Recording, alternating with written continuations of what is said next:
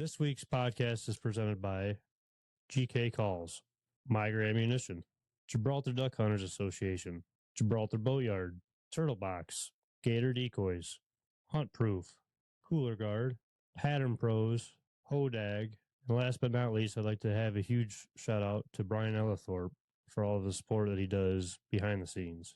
Now let's get into today's episode. On a rope. What's going on, everybody? Welcome back to another Great Lakes Outdoors podcast. And this podcast is brought to you by Gibraltar Duck Hunters Association. But before I even ask how Trav's doing, Trav, how did your morning go? It was pretty uneventful this morning. Oh, stop with the BS. Let's break it down because you haven't told me shit. Does that remind you of somebody? Yeah, me. Yeah. So I'm gonna. I've been waiting. I haven't posted a single. I mean, I posted some pictures, right, and did some videos, but I haven't posted a single picture of this turkey that I shot this morning. So you did shoot one? I did shoot one this morning. Okay. All right. I did shoot one this morning. Somewhere now. You didn't even tell me that. Congratulations. Thank you. Congratulations. So tell me how the morning. What happened? Tell me the inside scoop.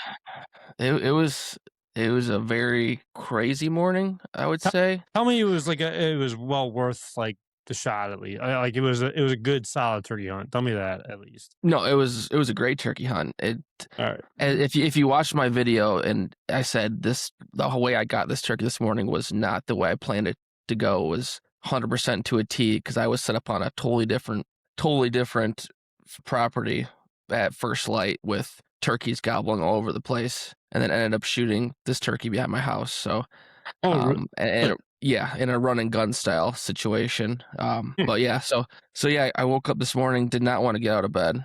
I probably roll out of bed at 5 o'clock this morning. Must be nice. Didn't get to the woods till probably 5:30 this morning. And shooting light was 5:32. So as I was walking to the spot, it was just gobbles everywhere. I'm like, son of a bitch, I should have woke up probably 30 minutes earlier and got out here. But hindsight's a bitch, you know that. So I get to the spot where Ben and I had messed up on the bird with the flashlight a couple weeks prior. Oh yeah, I know that spot. Yeah, I remember. Yeah, that spot there, and I creep out to the field edge and I see a coyote right there, run right into the woods, right where the turkeys are gobbling at. And I'm like, okay, cool, awesome. I don't know what to do now at all. Yeah, perfect scenario. I don't know what to do at all. And so I'm standing there and I'm like, do I go into the woods? Do I stay in the field? Do I go in the woods? And I'm like, I'll just stay in the field, walk the edge down about 20 yards, sat down and sat there for 2 hours and just listened to gobbles for 2 hours. So it was a great morning. I mean, hearing gobbles for 2 hours straight even if I wouldn't have shot something this morning, it was still an awesome morning. But get to that. So I sit down probably 6 o'clock, gobbles everywhere. Call, gobble. So what's that? They're answering to you. Oh yeah, they're hammering. And I'm sitting there, and I'm like, they're not getting any closer. And I know there's a piece of water I'm sitting this way, they're gobbling this way in the woods. And I'm like, should I move? Should I not? And I him and haw for about 15 minutes, and I'm like, if I move, they're gonna, you know how it is. If I move, they're gonna be standing there, and they're gonna come out. I'm like, I'll sit here. So, as in water, you mean just flooded, like a flooded spot? Yeah, still flooded area, and the birds just seemed like they were just doing circles out there. And at this point, I only thought I heard one gobble and like one gobbler in there. And so I'm just him and hawing what to do, and I'm like, I'll just stay here. And they're gobbling still, and then all of a sudden they don't gobble for like, it seemed like an eternity, but it was probably like 10 minutes they didn't gobble. Right. And this sounded like they were 150 yards away, like they'd left, and like they're working to the other field, not coming to me, going to a different field. And I'm like, you got to be shitting me. So I grabbed my phone, I looking at my phone, put my gun on my lap, and of course what happens when someone does that. Yeah, they show up. Turkey walks out into the field. Yeah. And I go, oh, you gotta be fucking kidding me. Like, just like, this is how my hunts go, right? Like, there's something that's got to go wrong in every hunt. And wait a minute. Wait a minute. What's that? Are you saying that Travis McCormick did not get this on video? My bird I shot this morning? Yes. No, I did not. And this is, I'm telling you, this is at the first property. I shot this bird at a totally different property. Okay, so I jumped the gun there. Did Travis McCormick not get video of anything this morning? I got a video of everything this morning until I shot my turkey. So I have video of Time out again. the Time out. birds. Sorry, time out. The person that gives me the most shit for not videoing anything, and I mean, like, reams my ass about video and stuff, I do. did not get a video of the kill shot. I did not. Nope. And I'm talking about the guy that hounds me on video and the guy that has a perfect set. Okay, carry on. I'm sorry. Go carry on. No, you're 100% right. But let me. So what I think is the Tom comes out. Time out. And You're telling me that you did not get a single video of you shooting that bird today? I did not. No, not a single shot. And when I tell you the story, you're gonna be like, okay, I understand why you didn't get it on video. Okay, carry on. You will. You'll understand. I'm not going to. I'm going to tell you that right now. I'm heartbroken. Okay. No, you're gonna understand. Because you remember what I did like 2 weeks prior and didn't shoot a bird at 5 yards because I didn't get on video. This is the same guy, but this is also the last weekend of turkey season. So I'll carry on. Time out. So time out. When is Trav McCormick going to ever learn to do the opposite of what his heart tells him to do to get some video of a turkey? Because this is like, I got my video. I got my turkey last year on video. Yeah, but there was a lot of like missed opportunities last year though too that were not recorded. And maybe I'm thinking about the past 7 years. I don't know. I mean, realistically, we didn't really start going hard on filming hunts until the last couple years. Okay, carry on. I'll stop saying time out. Yeah, stop fucking interrupting me, man. Breaking out my story. Sorry. So turkey comes out, looks at me, goes back in the woods, and I'm like, well, fuck. And so I'm just sitting there. I'm like, he didn't seem super spooked. Like, he definitely knew something was wrong. And so I call a couple times, and then Jake walks out. 3 Jakes walk out into the field. And I'm like, yeah, fucking Jesus Pete. So they look out. I didn't have a decoy because I was going the no decoy Kyle routine. Okay. And they look out, see nothing, go back in the woods.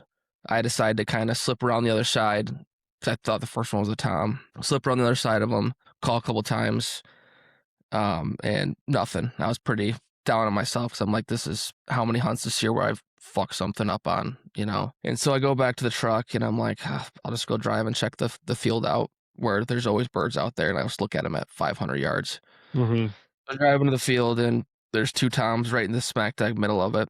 And then I got my binos up looking. There's 2 more Toms. There's the 4 Toms that are usually out in the field. And I'm peeking the edge. And then there's a lone Tom that's like probably 150 yards off my property line working my direction. So I'm like, oh, gotta fucking try it. So put in reverse in my truck, get to my house, hop in my golf cart, drive almost all the way back to the field edge, park. And I'm like, my mindset was I was going to get to the spot where I shot my bird last year at kind of on that point, looking out into the field. So I creep up to the edge, thinking he's going to be still 100 yards out in the field, like just kind of moseying, you know? Right. And I'm looking and there's nothing there. Oh, and I'm like, okay.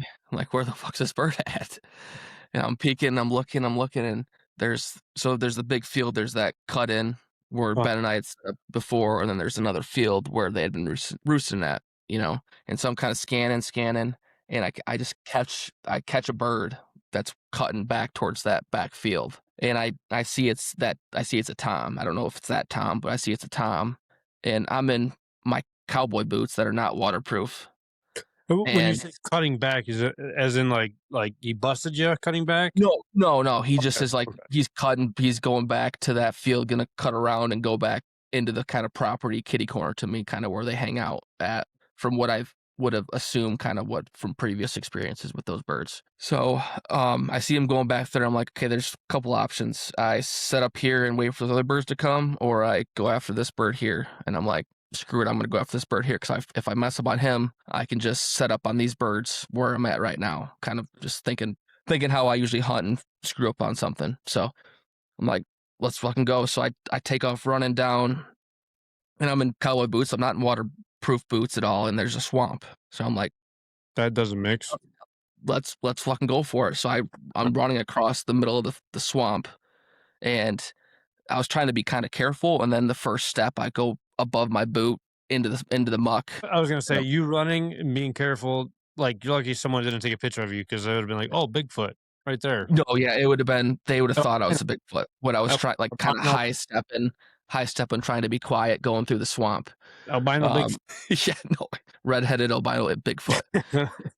So I going across, and as I get closer to the edge, now my head's going again because I'm like, do I cut up closer to to where my trail camera's at, or do I go farther down and try to be kind of get in front of them? And I'm like, what should I do? What should I do? And as I'm standing there, my phone vibrates, and I'm like, fuck, I think that's the camera going off. So I think he's right there. So I'm like, I'll go farther down the tree line and sneak up. So I put my face mask up, and I'm kind of walking, trying to be stealthy, right? Not Yeah, being very stealthy. with wet cowboy boots. Muck wet up to my waist because it was dewy this morning as well. So like I'm just Oh, it's not, completely soaked. I'm just it's not. completely soaked. And I get to, there's like a knoll, and then it gets into kind of a hardwood, then the field. Mhm. So I kind of get to the top of the knoll, and I look, and I see him, and he's like directly straight in front of me. I'm like, fuck. And he How far? looks, he's probably 40 yards probably Boom, from me. Yeah, he's boom. not very far at all. He's not far.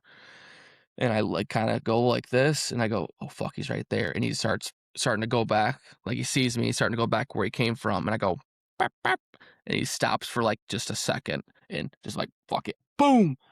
And he like, there's brush and shit, and I don't see him. And I'm like, I hear flap flap, and I'm like, he flew away. Right. And so I'm like, I re-rack a shell, and I kind of slowly walk up, expecting him to be Flying. running Yeah. across the field or flying or whatever. And he's flopping out in the middle of the field, and I Right. walk up to him, and he's got one pellet in his That's all dome, it takes. squirting, just straight out squirting. I'm like, you gotta be fucked. That's one pellet did the trick on All this it town. takes, man. Yep. And then the GLO finisher, and that was it. That's all it takes. So Yeah. what was the scoring on him? I mean, the So hook.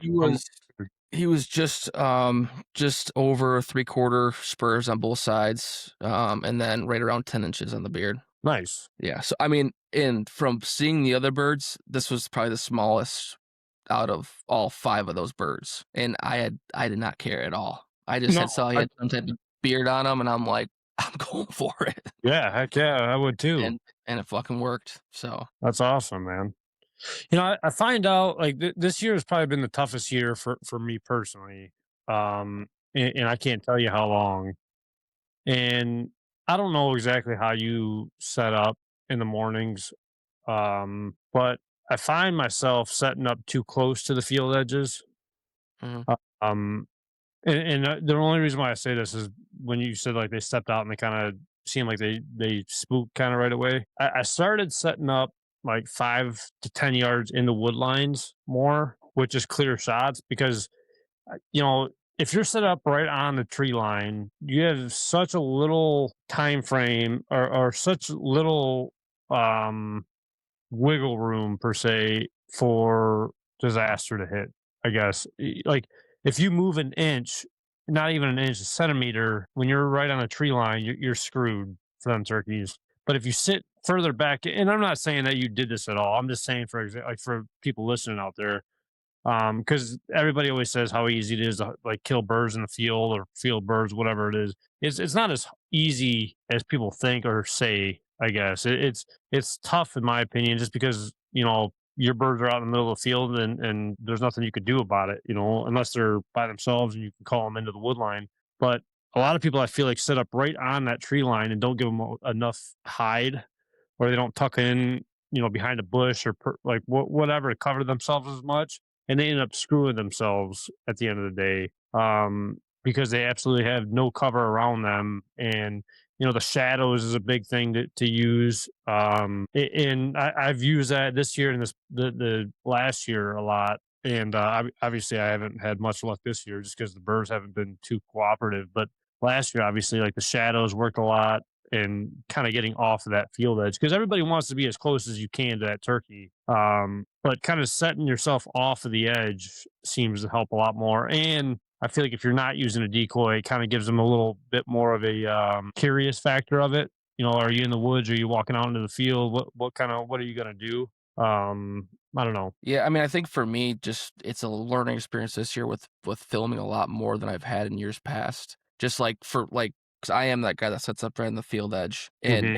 but now it's got to be different because I got a camera and stuff that you don't think about in the moment. But like for me as like a hunter that's calling and filming at the same time, like there is gonna be some little movements. But before, when I wasn't, right, I knew that bird's coming. I could be set up like this and not have to move an inch. And there's if I move an inch, it's to shoot, right? And that's but now with filming, having to reach over, grab a camera, or do whatever I have to do to get that shot on camera. That takes a little bit of moving back in the woods, like you said, like that 5 yards, like that I probably should have done this morning or Hmm. on previous hunts that I just my brain didn't realize because I've always You want hunted to on be the field edge, close. You want to be you know. close to them, though. Yeah, And, yeah, and that's the thing too, where like this past weekend we went out and I roosted a bird Friday night and Saturday night. Knew exactly where he was at. Um, Even had my grandpa out there, kind of trying to figure out where to set up in the morning. And he's like, "Well, just set right up on those like little pecker poles right there, just little like saplings, whatever." mhm. And it's like that would work, but the problem is the backdrop. Even then, you got to start worrying about the backdrop. Like, what are you gonna? Because then if you don't have a good backdrop, then your movement is that much more. I look at it like if you're moving an inch, it's like 10 inches without a good backdrop or cover around you.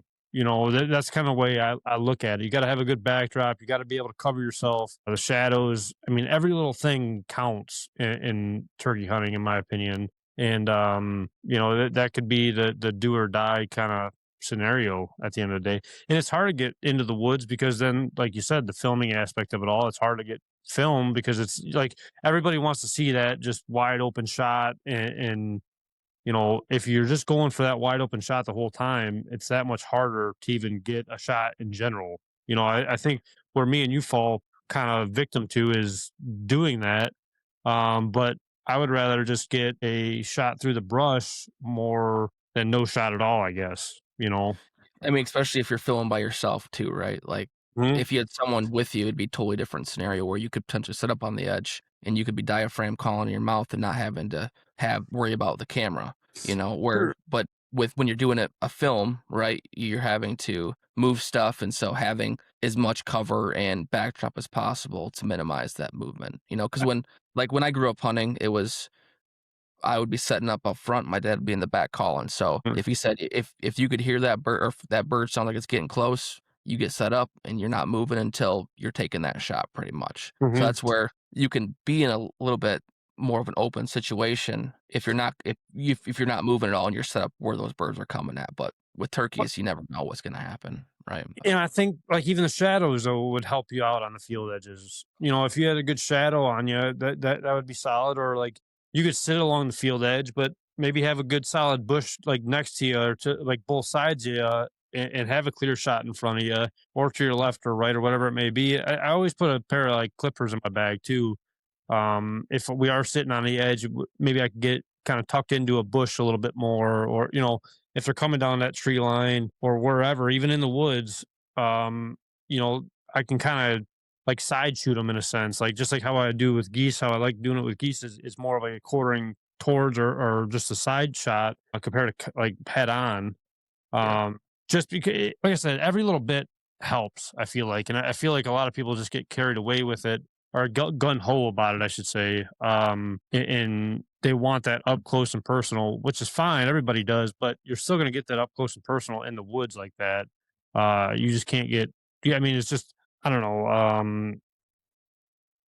You got to kind of be there to see it, kind of type deal. You got to be. I don't want to say a veteran by any means, but like you kind of just got to have been there before and calm yourself down to be able to understand. Like, hey, like this is might be a little bit too close. If I tuck back a little bit, the shadows is good, the backdrop's good. I got a big enough tree behind me.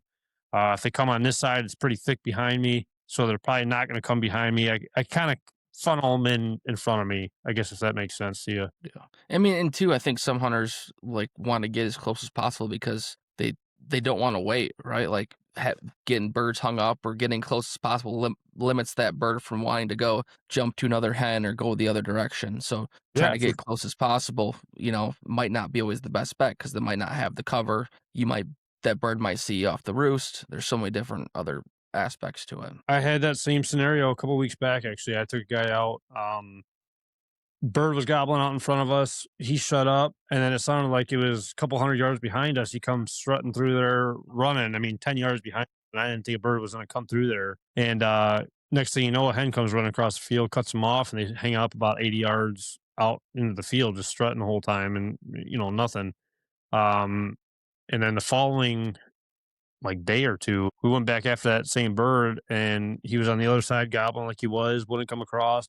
I ended up dropping back like 100 yards into the woods. He finally came across, but worked to my left, so I snuck around on the right side to kind of get him across the shooter wise. Um, and he ended up coming across at like 10 yards, and he ended up missing him twice. But shout out Jim on that one. But uh, it was funny too because I'm pretty sure it's the same bird that I missed earlier in the year. And I got out of the field and I just looked at him. He's like, I don't even know what to tell you. I don't even like. He was just so frustrated like about the whole situation that it was almost one of those things where the bird was too close. If that makes sense, that the half flow or the what is it what's the migra, the mixed blend. um you still got the TSS in it, but the lead shot in it as well. And it's the wad ended up where the bird was standing. So I mean, it was close at that point. Um, but it is what it is. I mean, I'm, I don't know if a bird could be too close, but we'll just but go with that. We'll just I, go with that.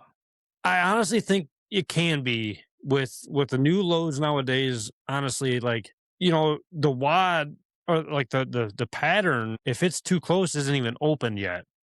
And if you look at the 410 shot I had, yeah, it's a small, obviously low that I'm shooting down like at my target, but your pattern is going to be so tight compared to at 30 yards or 40 yards, whatever it may be, compared to at 5 to 10 yards. I mean, you're Yeah, looking at you're limiting your mess up, right? Like if he put that bead on that turkey's head and he knows right, that bead's dead on, it's a dead turkey. But right, if right, like probably what he was doing, he's probably nervous, something happened, jerked a little bit, where you have a little bit of give if that bird's at 30, 40 yards, that right. like mine. Where if it's at 15 yards or 10 yards, you don't really have no leeway there. If you jerk a little bit, that like you said, nothing's come out yet. It's still this tight. Well, and And that's there's no I think of what happened too, because if you look at the video, I think I sent it to you. The turkey Mhm. literally has his head up, and it's almost like he shoots, and the turkey's putting his head down. And as soon as he put his head down, like you could see the shot go right past him, like right over top of his back, and the turkey drop, takes off, shoots again. I can't like defend him on the sounds second shot, but sounds like my luck right there. The turkey uh, dropping its head as you're shooting. sounds like Jim's or Ben's luck is what it sounds like. It's funny though. My dad said to me today, he's like, a good friend would have let Ben shoot the turkey first, but I guess Trav's not a good friend to Ben, even though he had the We'll kid. tell Ray I've been trying to get Ben on the gun all year this year, but he said I've had my time to be on the gun with you, and it's your time.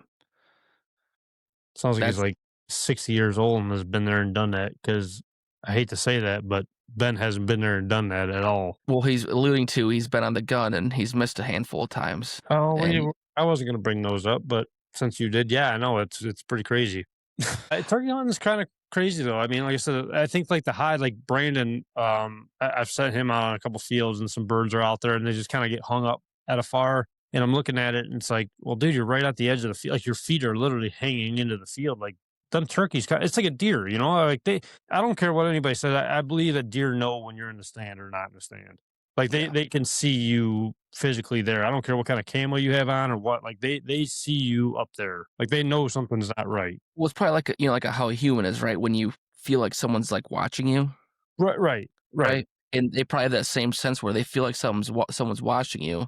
They just don't know where exactly it's at. That's why they're like doing this. Oh, it's just They're about it, doing, right. they're doing this. It was pretty crazy though. We had what was it, a hen, I think, in that same field Jim missed his. And to see that bird, it was like kind of really the first time I really seen a bird like looking up in the sky, like looking after like, hawks or predators, whatever it was. I Mhm. don't know, kind of cool, just different to kind of really see him like diagnosing the whole situation that's going around him and trying to figure out, everything. And I don't know, it was pretty cool. But no, I'm glad you got one, man. It's been a while, not a while, but I mean, it's been a season for you for sure. I'm glad it paid off, especially behind the house again. That's awesome. Yeah. No, I mean, it was I had very limited time this year. The times I did go out, things went wrong. So I'm happy. Wasn't the way I wanted to get it done, but I'll take it. No, it's Just awesome. didn't get it on film, and I'll probably never live it down. So I'll let you live it down. You just won't let me live anything down. That's the difference right there. see, the I, thing is, if you would tell me I was running across the field I do, and I do, and then you're like, or I don't care. Put a or GoPro on your face. I don't care. Just no, get it. no, no, no, Don't even deny it. like no for like goose hunting. You're like, I can't, I can't video. I'm like, there's 12 fucking guys in the blind. Tell someone to put a camera video for one of them. Here's the problem with that, though. The problem is you have to have kind of a niche for it. You have to kind of have an eye for the right angles and stuff to film. So you can't just have really anybody on it, and you know that for a fact. You No, know, I do, but like something's better than nothing, right? sometimes the video is like, okay, did you really even want to take a video? Like, or am I just really forcing you to take this video? And you're like, do you know what I'm talking about? No, I do, I do, I do. Maybe But just not don't let Jimmy record. You know, oh, just like makes. Jimmy didn't do nothing wrong. Jimmy didn't do nothing wrong. He was filming himself when Dad shot his turkey last year instead of the turkey. No, I'm just joking. He didn't do that. He didn't do He's like news recorder that's like there's like a story going on over here, but then there's like that. some hot chick walking by and he like pans over the chick. I didn't say that, but yeah, I agree. Yeah, no, Jimmy's good. That's Yeah. we got to work on our Uh, goose blind tomorrow. We're redoing our one of the blinds, kind of storm damage after the years. I mean, it's been up for 3 years or so. I think we're gonna try to do some of that in the morning, but I don't know. I know. It, I mean, it's already May. I mean, it's getting but into like starting to prep for, you know, for goose and for deer, and it just seems like it never stops, right? I mean, once one season ends, another starts. it's one of those things for me this year where like it's been such a down year for turkeys, and it's not the lack of turkeys by any means, because people will say like, "Oh, you shot 13 last year and 15 the year before, whatever it may be." Like, yeah, no wonder why it's been down this year. But there's birds around. It's just the lack. Like, I don't know if it's just been the weather, and that's an easy thing to like say, I guess. But it's just been such a hard year to even get any like vocal birds, or just even like semi-aggressive birds per se. Like the pictures that I sent you with the 5 times out in the field. We hunted there 2 weekends ago. No, this past Monday, it was Memorial Day. We hunted there. We heard one gobble way off in the distance, and that was it. And we sat underneath 3 roosted birds, and they pitched down and didn't even make a noise. They just sat there. So it's just one of, and we got, and people say like, well, they probably see, no, like we got there like dark, like we got there plenty of earliness. Like we were good. Didn't turn Um, your phone on to check nope, anything. nope, Then nope. I was half tempted to, because we probably should have took my boat, because it was wet where we sat. I'll tell you that. It was funny too, because we turned the corner and there was a skunk staring right at us. I was like, "Oh shit, this ain't gonna be good, dude." I said, "Steve, that thing starts running our way. You're our only line of defense, dude. You better buckle down and shoot that thing." It was not good. I don't know. It's just been such a weird year, man. Such a weird year for us over here. but in for people's eyes though, they'd look at your season and be like, it was a really successful season, right? Like because you shot a bird, you know, your dad shot a bird, Jimmy shot a bird, right? Yeah, Jimmy shot one on opening Jimmy day, and shot, yeah. that's And it. so Though. it's like people would look at it and be like, that's like you got your bird, but like for you, it's your hunting turkey season's different, right? Like you take out more than just yourself because once your season's done, your season still begins because you're taking everyone. You're trying to help other people out. Yeah, and I think that's my hardest part. Like I care a lot about, Brandon and Kenny went out, and I want to get those guys on birds. I want to get everybody on birds, and um, I'm not putting somebody in a situation where I don't feel confident where they're not going to get one. You know what I mean? Like where there's no birds, or they're just going to sit there all morning.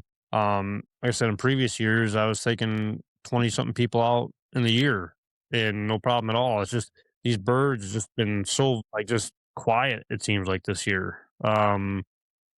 I don't know. It's just been an off year. The weather's been off. The I don't know. It's been different. And I will say I feel like I haven't really put as much time in this year. like scouting and roosting and stuff like that, like previous years. So that might be a reason for it too. Um, but after time, I feel like you kind of get an idea where birds are going to be at, and yeah. Especially hunting the same properties. Like you kind of have a Well, idea. some of them, like the bird I shot this year, it was like a newer property. Like I've never hunted it before. Mm. So I mean, yeah, for the most part, yes. For the most part, yes. Like, It's I just mean, because like the property hunter this morning, I had hunted that property until this year, right? But from hunting it since April 18th, like you kind of have a general idea of where those birds are hanging out at. So you kind of right, get that knowledge of like, and I don't really need to scout it because I have an idea where those birds are going to be at right, to an extent, you know? 100%. I don't know. Yeah. I kind of been in the same boat with you though, like just kind of getting ready for waterfowl season and kind of honestly just taking a little bit of a break for summertime and kind of relaxing, kind of getting back down to it. And putting cameras out for deer already. Been thinking about just getting stuff prepped for all of that. I went out and put a camera out there yesterday actually, and the grass is super tall, so I've been just already thinking and itching about getting out there and getting more poison ivy on my face again this year, and um, knocking some of that stuff down and just, I don't know, getting stuff prepared and where to hang stands at, whatever it may be. I just kind of, I don't know, kind of just, I don't want to say over turkey hunting, but just kind of over it at the same time. I know I've been getting the itch too. I'm just kind of in a holding pattern right now, waiting for the swamp to drain. I mean, currently, I mean, from that video I said earlier in the year where it was completely flooded, now it's about half of that right now. So it's starting to slowly dry up, kind of getting closer to a point where I can till it eventually, maybe at the end of July, probably. But That's yeah, where our fields just got planted. So I'm finally kind of able to kind of figure out where to kind of get stuff situated at and whatnot. let's take a quick breather from the action. Let's talk promos. Grab 25% off Hunt Proof with code GREATHP25. Save 20% off Cooler Guard using code GLO. You can take 15% off your order from Hodag using code Great Lakes. And take 10% off Pattern Pros using code Great Lakes 10. Now back to the show. But before we got the turkey hunting, I wanted to talk one more thing with you. So this morning, it for the last 2 seasons, I've shot my bird by myself, and Mhm, it's a different feeling shooting a bird by yourself than with someone else, right? So 100%. do you think like deer hunting for me is different? Like I feel deer hunting is more of like a solo person hunting, and goose hunting is party hunting and stuff like that. No, Like what would you put turkey hunting at in your eyes? Would you put it more of a solo hunting or more of a 2-person, 3-person setting? turkey hunting for me, it's fun with 2 to 3 people because you get to experience it all with those people. And kind of just work like when it all comes together, you kind of know it all worked. Like you worked as a team and kind of got it all done and situated. Everybody, woke up on time and was quiet walking out or whatever it may have been. Yeah. Um, but hunting by yourself, turkey hunting, my dad's brought it up to me a few times this year, even. Why would you want to go out there by yourself? Why wouldn't you want to just wait and do it with somebody and have fun with it? I truly enjoy going out turkey hunting by myself and kind of just soaking it all in. To be honest with you, it's a whole different experience when you're by yourself, and I mean that in not a bad way by any means. I mean that in a way where it just seems more personal, in my opinion, and like I said, you kind of just soak it all in. Sometimes when you're with people, you kind of shoot, hurry up, and just get out of there, kind of thing. You don't get to really just sit there and just reminisce about the whole situation, I guess. You know what I mean? Um, so it depends on, I guess, what you want or who you're taking out. Yeah. If 2 people got a tag, that's a different situation. If you and a buddy got tags that need to be filled and one comes in or 2 come in, then it's perfect, obviously. But I truly enjoy shooting turkeys like by myself, in my opinion. But that's my personal bird, I should say. Not like I love taking people out. Don't get me wrong, like I love that more than anything. But my personal bird, I enjoy being there, just me. And it's one of those things too where like you can't blame nobody but yourself if something goes wrong. Yeah, So it's I mean just that's exactly what I was thinking the same thing. Cause like for me when I'm turkey hunting, I'm like I'd be asking like, "Hey Ben, where's like do you think we should go this way? We should go this way." Like when you're by yourself, it's like you just go. it's just you and you're just gonna do it, you know? And but like for me, I would say I enjoy hunting with someone else more than I do by myself. It's just to like to share the success with, right? Like I do think, like you can just sit there and just enjoy your time in nature. And like if you shoot a bird, like I sat by my bird this morning for probably 30 minutes, just kind of just sitting there going like, It's a different feeling when you do that kind of stuff, man. what the heck just happened, Like Yeah, just kind of taking it all in. But it's different. Like I would want to be there, like just like when I've done it with like my dad and stuff. Like it's like that well, emotional, like, like it's just a different feeling, right? Like you have that story to tell. And now the story family, to tell is just yourself. family. That's one thing for sure. Like Yeah. if me and my dad went out, in which we did this year, like that's one thing for sure.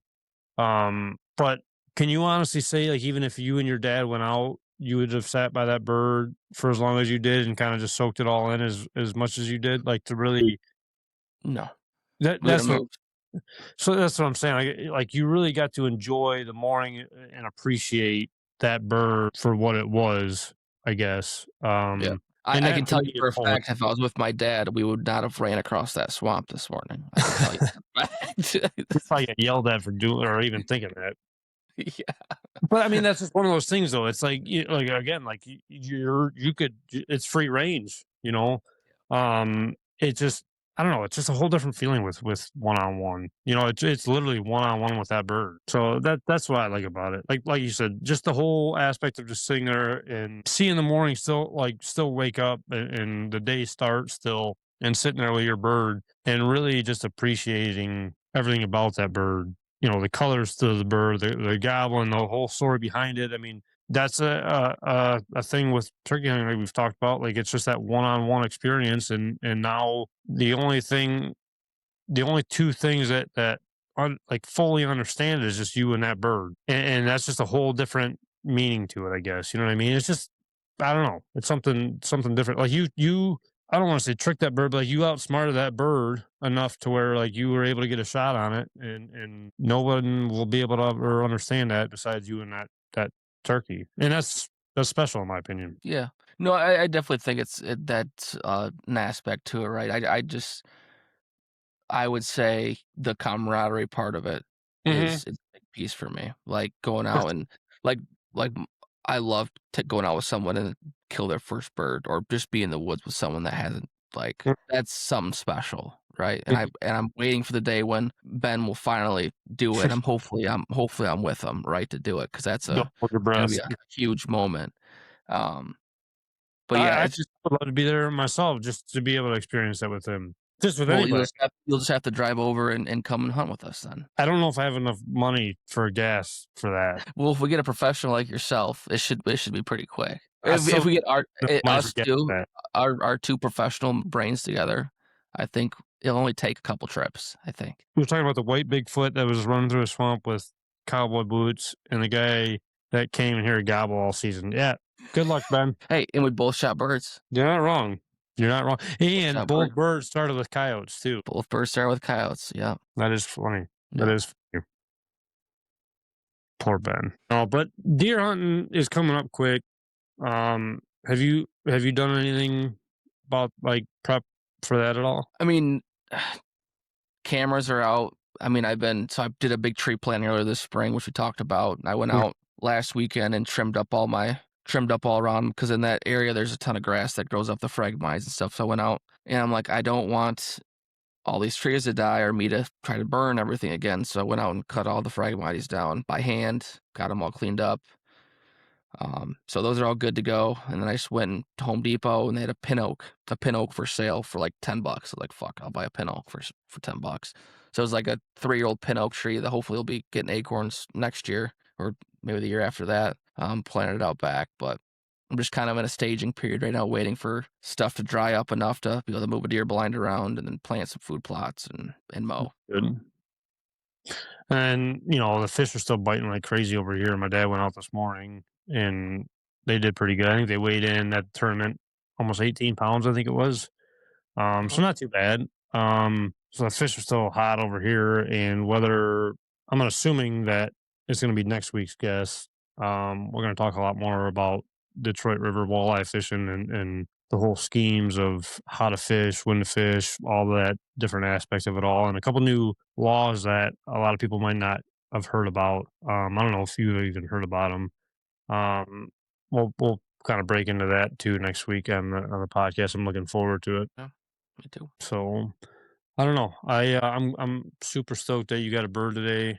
I'm not Me stoked too. that you tell me right away, but I deserve it. I deserve it. So let's just put something in the sand right now. We'll just say we'll plant the flag and say we're equal. We're even now. No, Okay, we're even.